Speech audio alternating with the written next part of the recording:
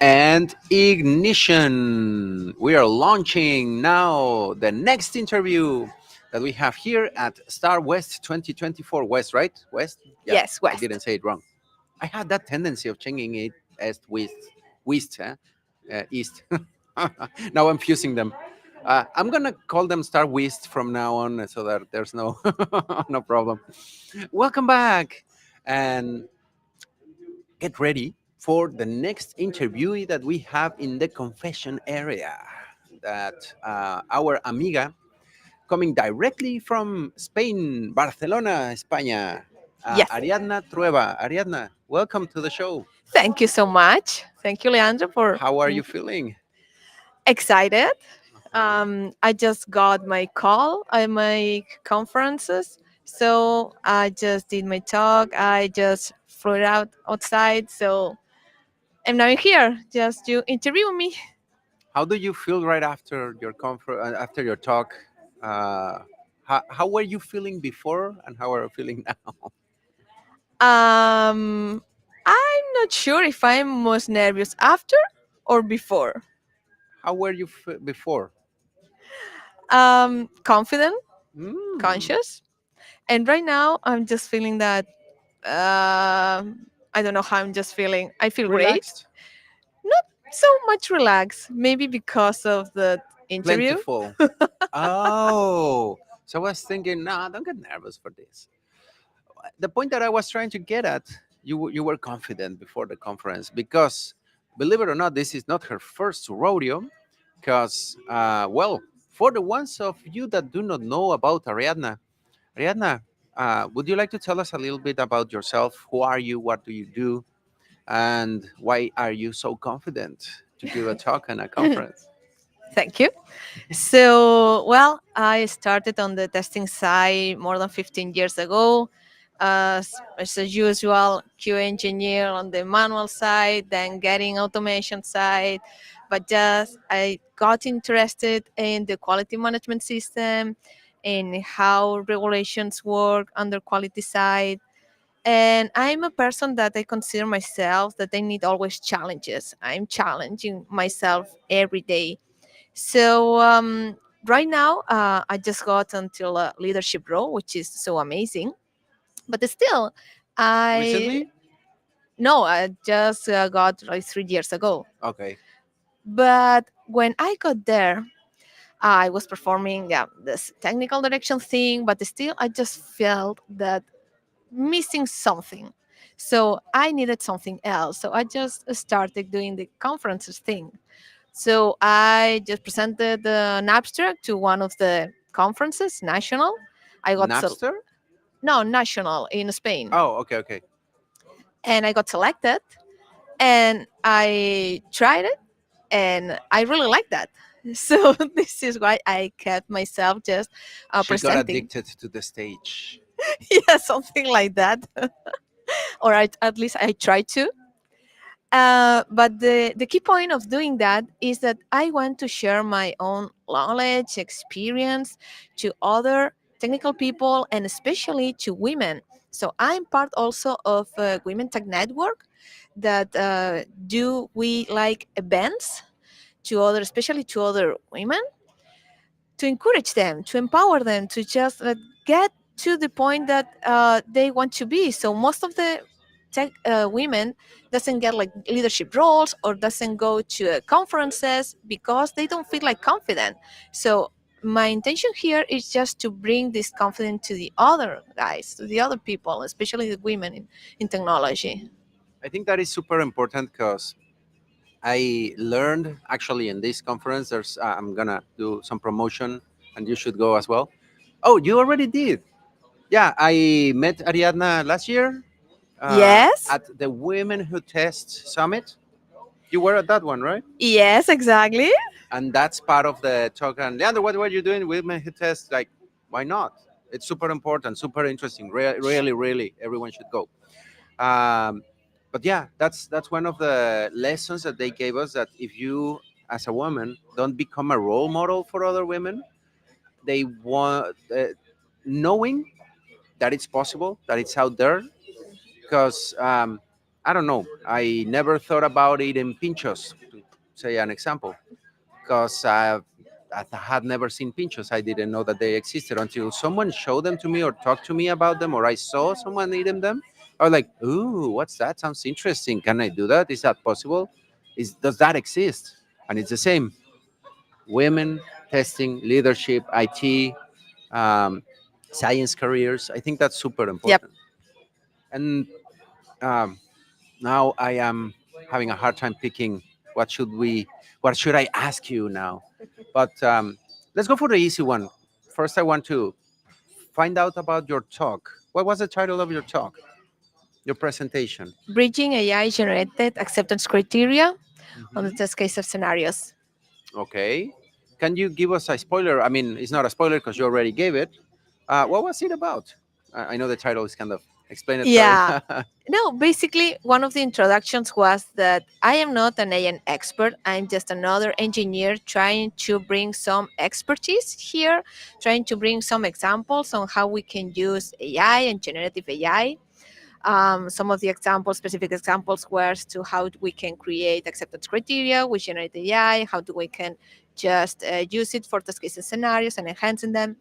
But the key point of this talk was precisely to bring experiences, to share experiences with other people, that generate discussion, and just like that, just to bring examples that other people just maybe can get some light from what I experienced with my colleagues. We experience it. So yeah, basically that. And what has been your experience generating this type of things with prompts and AI? Any interesting stories? Um, Uh oh. Not really. No, no, not really. I mean, as a tester, you want to, or at least I want to break things. Hmm.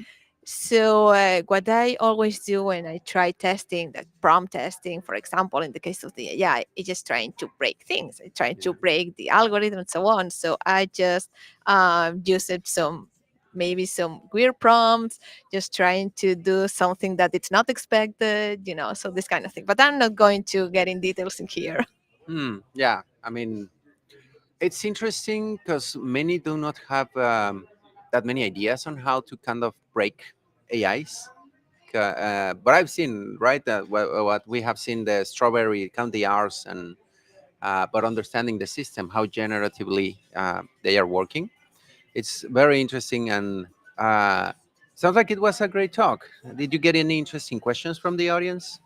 Yeah, sure. Some technical ones, Ooh. specifically because I just share some of the not the algorithm, but the architecture that we use, the structure, some technical things. Hmm.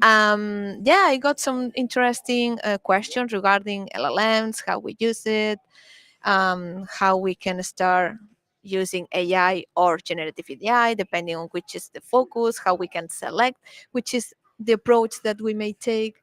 So it was a full room and it was quite impressive. So thank you so much for the ones that attended.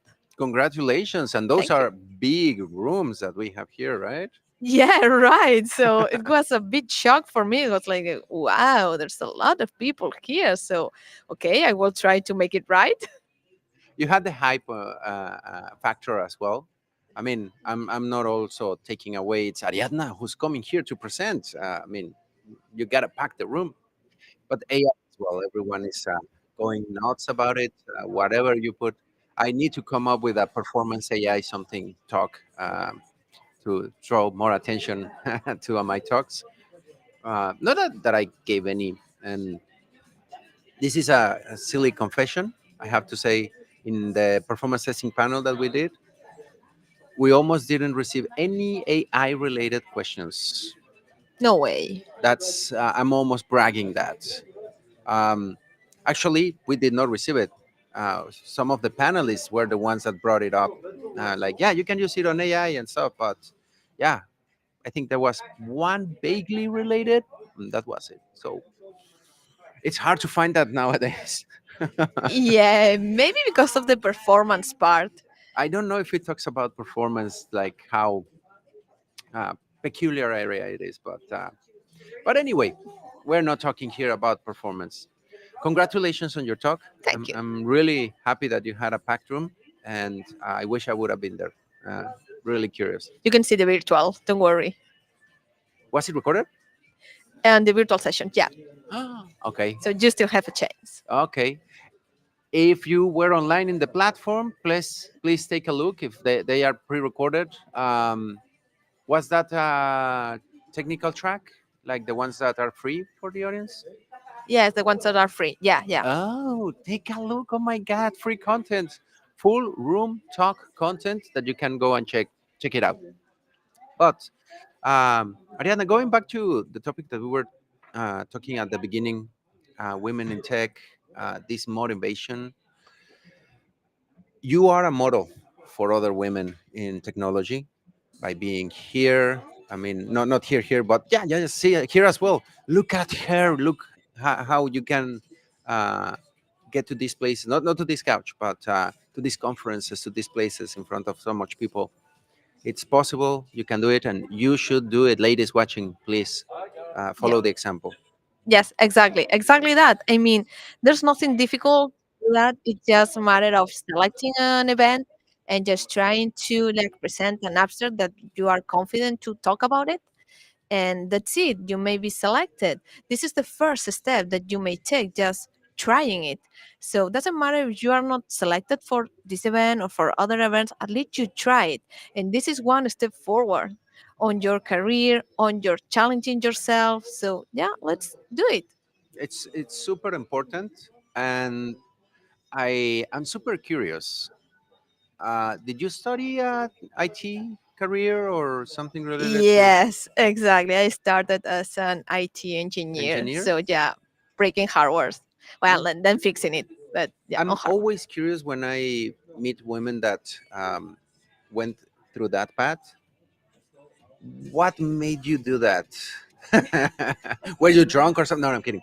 Uh, no, why did you decide an IT career? What inspired you? What would you say was what ignited it? Because it's not Um, common. no, it's not. And especially like 20 years ago, something like that. Oh, I feel so old. Don't worry.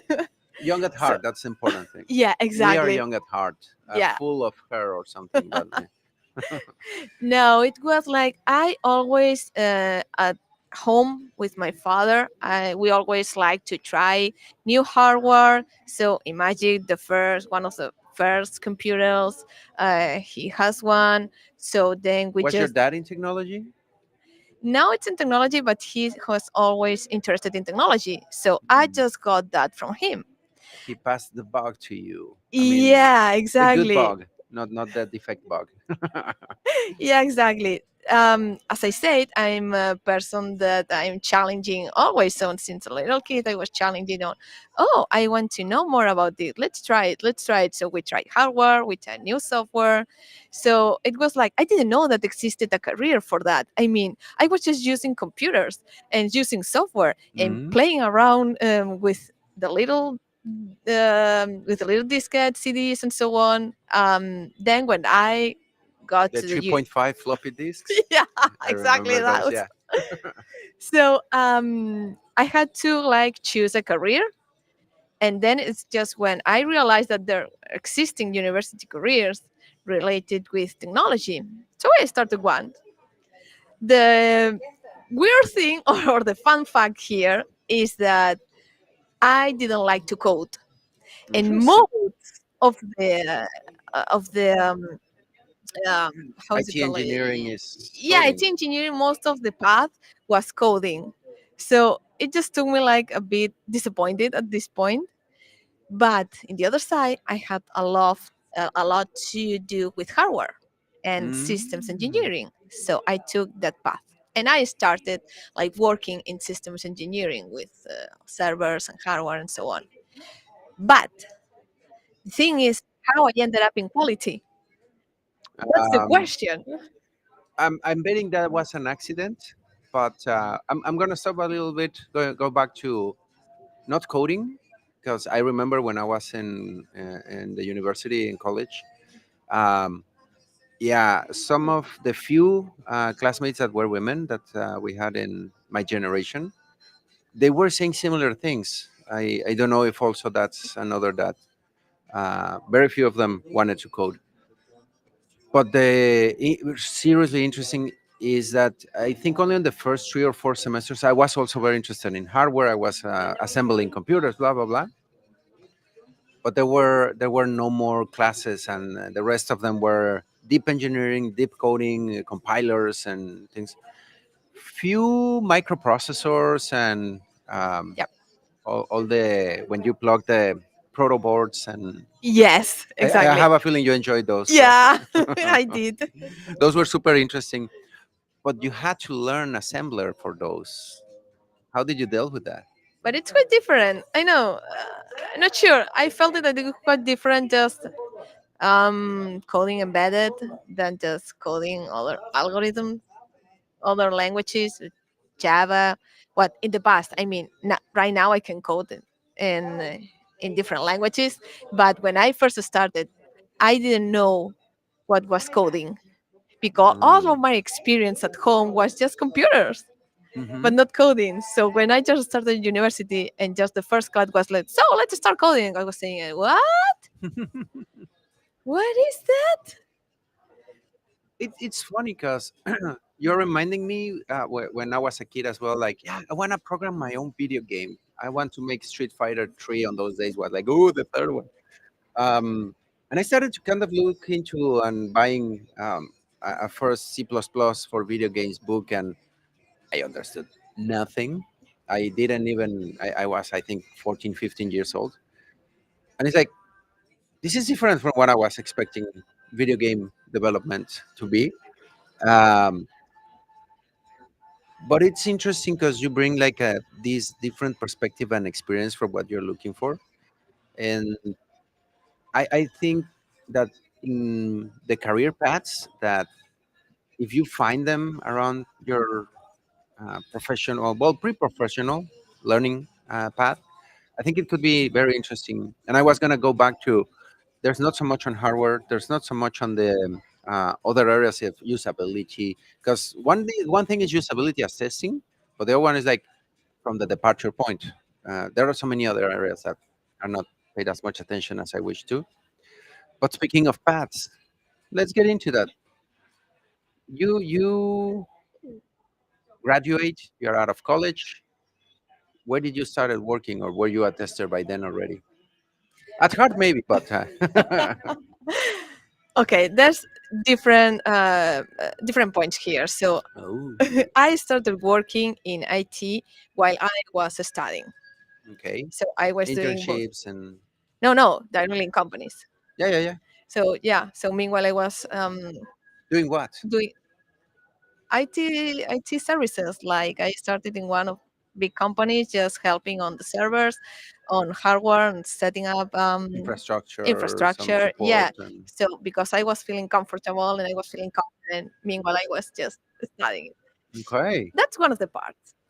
Then I just keep growing on the IT side even after I ended up with university. But at some point, I knew that the quality or testing was inside me because, for example, I just played a lot of video games. I was always playing video games, Ah, and I always was finding bugs in the games. in the games. Yeah, it was Cool. like, oh, I break it. Oh, it's a bug. It's a bug. It's a bug. So I just got like pleasure just doing that. So something internally inside of me just felt that there was Started brewing. still growing idea.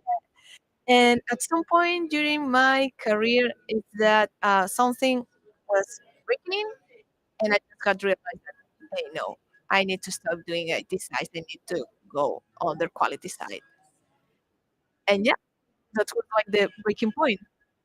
Then you suddenly said like I'm gonna look for QA jobs and start doing it, Yep. or wow. Yeah, challenges. I challenge myself again.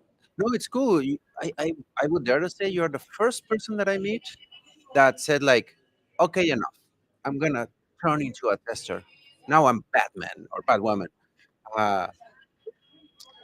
Because most of the testers that I know, they were standing there like eating or something, and hey, you're gonna be a tester. Like now, what? And they became testers. That's how most of us, myself included, that's how it happened. And I am gladly surprised and impressed that you were like, F no, I'm gonna become a tester now, and it is what it is. Open up world, I'm coming. And that's really cool. That's really cool. And how has been that trajectory from that moment that you decided to now that you are on a stage talking about testing? I know it's probably a long story, but can we get like the Yeah. quick version? What happened? How was that? Quick version is challenging me myself, Hmm. challenge myself with everything. So I started with, as I said, with manual testing. Then I just realized, no, I need to automate things. I need to get my life easier. So I started automation, and this with the rest of my career path. So quality management, because I was interested in knowing more what's happening with documentation, which implication it has, what happens in regulation environments, and then it just started to grow up, and I ended it here. And in parallel, taking um, this inspiration from Women Tech Network, from being women under technology, So, having some experiences in the back, some bad experiences in the back, and learning from that. It's just saying, no, stop. It cannot be that right. So I need to do something. I need to show other women that it's feasible. It's you can do it. hmm, yeah, being an example, Yeah, and I have a feeling that you didn't spend too much time in the automation part of testing. I have a feeling you automating. I automated. But the fun fact is that I automated most in a leadership role that as an automation engineer. Interesting, Yeah, because I had that feeling because yeah, automating generally is coding. It involves some of that, but similar to the beginning that you were describing, like no, I'm not gonna get stuck in that part, which is where most of us spend most of our testing careers, and we rarely think of like I should be checking around the management of these things. I should be checking about the requirements around this thing, not the testing requirements, but for the QA things to work. So you were looking at things from a total different perspective and saying like, no, I'm not gonna be like all the rest. And I felt really good, slightly goosebumps when you were saying, and I was proud to be a woman in tech that was I breaking it. am. Right? It's a great feeling, and I would ask for the people watching, what recommendations would you give them so that they start to do their excursions on these different paths? Because not everything is automation. Super fun. At times it's Stockholm syndrome, I tend to say, but what else is out there, and what would you recommend for them to? Explore. Explore other frameworks, capabilities, challenge yourself. So imagine that you are stuck in automation and you want to know more about which other frameworks, which other areas around quality are present in the market, in technology, and start learning from that and try to find your path. So if you are not like so comfortable doing what you're doing, like day by day, automating and so on, just to try to find out another path. But explore. You need to first explore. It's like when you're a kid and you are exploring different sports to trying to know which one is the one that you like it best. So it's the same thing. Mhm. I I liked a lot, and that's the saying. That's what you should say where when you said like, I'm not gonna be stuck in automation. What else can I do in this area? And it's very similar like what you said in the university in your career. Like, I'm not gonna be just coding here. What else can I be doing in this IT world? What else can I be doing in this QA world aside of just automating? Which, yeah, to be honest, is like what 90 something percent of QA people tend to do. Where yes, there's so much more around it. Like not everything in performance testing is load testing. I have to pu- put it in, but I think it's very inspiring because it opens up your, oh no, hell no, that's not an option. What else? Start looking around. And out of those, just to close, because we're almost ramping down, it has been a very entertaining discussion. Of those areas, of those challenges, what's the most interesting, or that you are like, I really liked this achievement, or Well, what I really like is to yeah, find bugs and okay. break things. This is what I really like. But in my current career is just seeing different type of projects, different type of clients, different type of challenges that other teams have, and trying to find a solution. Hmm, a discussion, A solution. a solution. Yeah. Yeah, it's why do you look for the solution so much? Because I'm paid for. Okay, No, I mean, that's an important yeah, one. that's an important thing. I mean, um, because they need help. Yeah.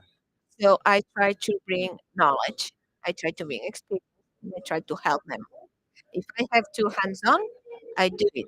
Doesn't matter for me. So I don't mind. Sounds to me more like it's like I gave back to the world something and I helped. It's a very good feeling when you achieve those things. And I don't know. Now, yeah, I think this might be the last question before we get to the um, last details. What would you recommend aside of no automation? What would you recommend to the world? Like your last. I saw another author that asks like, if you would leave a billboard, like what would you tell your fellow women testers or the world in general? Ariadna left this place already, but these are her words for the world. Ooh. Oh, wow! It's a difficult one. Um, See the gears turning yeah. live, how she's thinking. um, challenge yourself. Test everything you can, and try to find what makes you happy. Ah, cool. I like that, especially what makes you happy and test everything. She's not just talking about software. Well, video games have are software, but I'm sure that you have been getting testing Everything. some other things, yeah, some other systems. Um, but yeah, that one I find so inspiring. Do what gives you joy, makes you happy. It's really important. There are lots of works, tasks in the QA world, or in general the professional world, that if you don't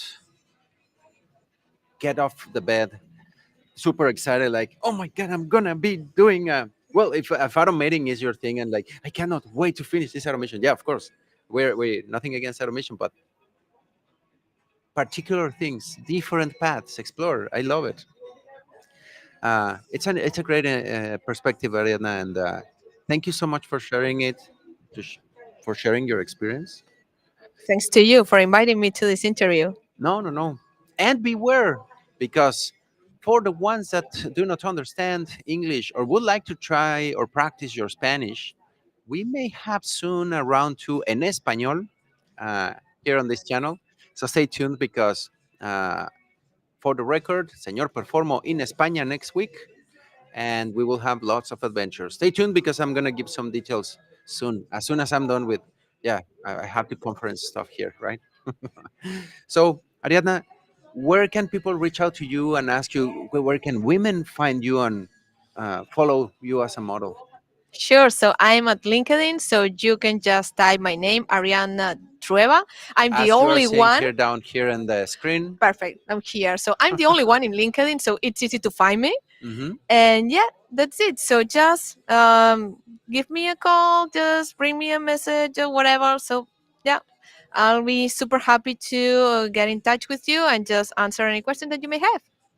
And now you will be able to search for her on in like to YouTube, because now there's an interview video of her knowledge and her being a model for the women of the world. I love it. Thank you so much. No, you're awesome. Thank you also as well for being that example. That's super important. I go crazy happy when I see these strong, technical, and capable, very confident women that go in stages and do tech stuff. Love it. Thanks. Congratulations. Thank you so much. It means a lot to me. No, congratulations. And again, thank you very much for coming here to this confession area. Oh, I hope that you had fun. yeah, I It got was a it. blast. Yeah. And well, until next time, thank you very much, Ariadna. Thank you, Leandro. So, and thank you, everyone. Yeah. And hello to España. I know. Hola, los que nos están escuchando. Abrazos, besos. And well, this is still Star West 2024, second day. We're not ramping down yet. We're up to be, I think, yeah, we are going to be streaming live from the Expo Center in a few minutes. So grab your snacks, get ready to get all the streamed action, because you are going to find about which are the sponsors, what tools do they bring, and what services do they have, and what job positions they may have. So stay tuned. We will see you in a minute. And Ariadna, again, thank you very much. Thank you. Adios, everybody, and Bye. we'll see you Adios. in a moment.